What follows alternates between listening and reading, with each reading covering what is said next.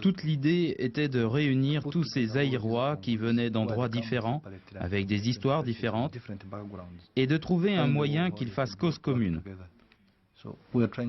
On voulait essayer de les impliquer ensemble dans une sorte de mouvement politique organisé, capable d'articuler un programme et même de justifier la guerre qui commençait au Zaïre. C'est un jeune officier rwandais qui est chargé des opérations militaires au sein de la FDL.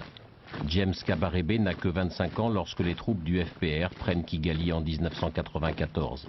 Il en a 29 quand Paul Kagame lui confie la mission d'aider les fondateurs de la FDL à renverser Mobutu. Mais entre eux, ils ne se connaissaient pas. Il fallait donc qu'un Rwandais qui les connaisse soit présent à leur première rencontre pour faire les présentations. Ce jour-là, dans le bureau de James Kabarebe, je suis arrivé le premier avec mon équipe de l'ADP.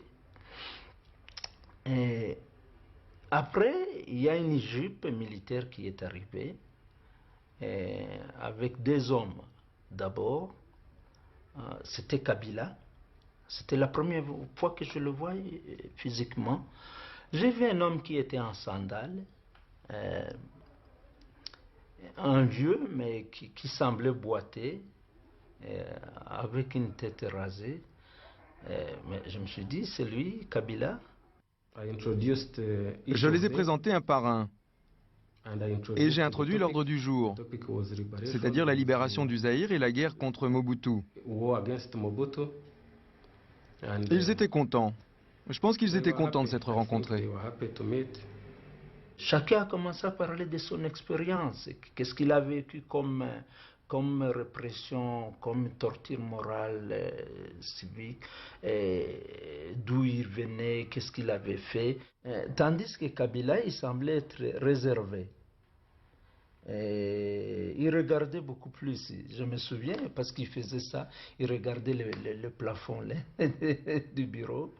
Et quand il a intervenu, il nous a dit que son parti, le PRP, avait ses militants dans le Sud Kivu. Les hommes, les armes, la logistique, tout est en place. Les Rwandais et leurs alliés de l'AFDL n'attendent plus qu'un prétexte pour déclencher la guerre contre Mobutu. Le gouverneur du Sud Kivu, qui vivait à Bukavu, a fait une déclaration à la radio.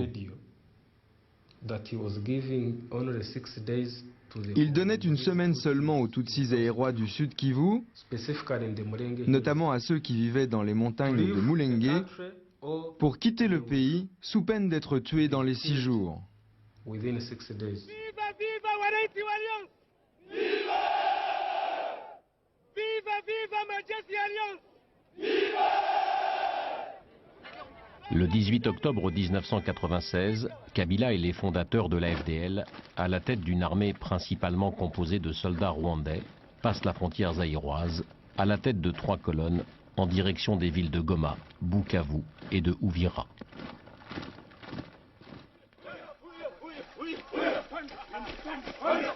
Nous sommes passés par Gisenyi pour entrer dans la ville de Goma.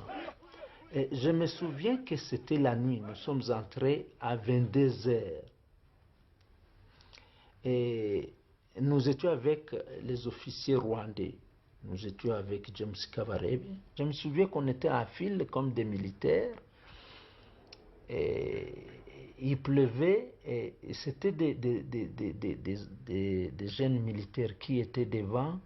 Et puis c'était un officier rwandais, un politicien congolais, un officier rwandais, un politicien congolais.